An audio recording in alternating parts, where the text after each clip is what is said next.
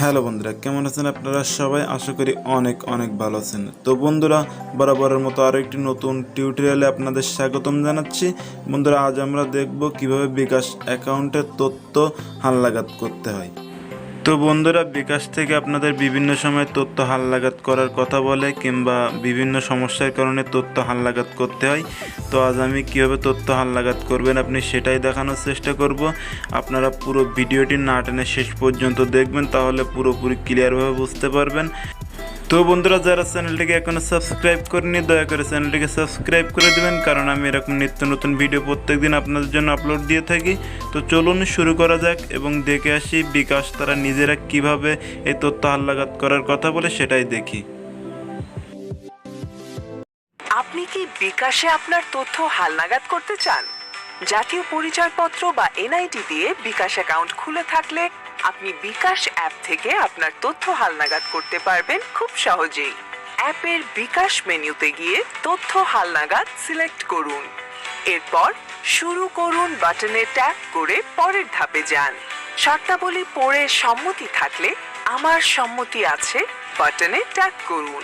এবার আপনার এনআইডির ছবি তুলতে এনআইডি এর ছবি তুলুন বাটনে ট্যাপ করুন। এনআইডি এর সামনের দিকের ছবি তুলে সাবমিট করুন। তারপর একইভাবে কার্ডের পেছনের দিকের ছবি তুলে সাবমিট করুন। স্ক্রিনের তথ্যগুলো এনআইডি এর সাথে মিলিয়ে পরবর্তী ধাপে যান। তারপর প্রয়োজনীয় কিছু তথ্য দিয়ে পরবর্তী ট্যাপ করুন। এবার নিজের চেহারার ছবি তুলতে ছবি তুলুন ট্যাপ করুন। এরপর নির্দেশনা অনুযায়ী নিজের চেহারার ছবি তুলুন। সবশেষে নিশ্চিত করুন বাটন ট্যাপ করুন। বিকাশ থেকে কনফার্মেশন এসএমএস ও নোটিফিকেশন পেয়ে গেলে বুঝবেন আপনার তথ্য হালনাগাদ হয়ে গেছে। কি সিম্পল না?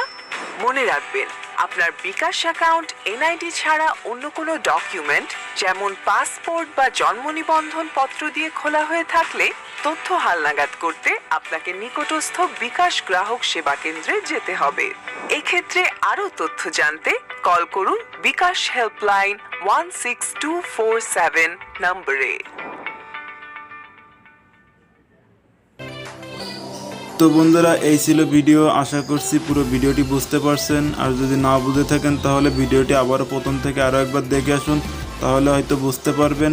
তো বন্ধুরা, যাওয়ার আগে একটি কথা, আমার চ্যানেলটিকে সাবস্ক্রাইব করবেন, কারণ আপনাদের সাবস্ক্রাইব, আপনাদের লাইক, কমেন্ট আমার নতুন নতুন ভিডিও বানানোর অনুপ্রেরণা দিবে। এবং এই ভিডিও সম্পর্কে যদি কোনো কমেন্ট করতে হয়, কোনো কিছু জানার থাকে, তাহলে অবশ্যই কমেন্ট বক্সে গিয়ে কমেন্ট করবেন এবং ভিডিওটিতে অবশ্যই একটি লাইক দিবেন। তো বন্ধুরা, চলুন চ্যানেলটিকে সাবস্ক্রাইব করে দেন এবং আপনারা চাইলে আমার চ্যানেলটি একটু ঘুরে আসতে পারেন, তাহলে অবশ্যই বুঝতে পারবেন আমি আপনাদের জন্য কত কষ্ট করে নতুন নতুন ভিডিও দিয়ে থাকি। তো অবশ্যই চ্যানেলটিকে সাবস্ক্রাইব করবেন। তো বন্ধুরা, দেখা হচ্ছে নতুন কোনো ভিডিওতে। সেই পর্যন্ত সবাই সুস্থ থাকবেন, ভালো থাকবেন। তো থ্যাংক ইউ সো মাচ।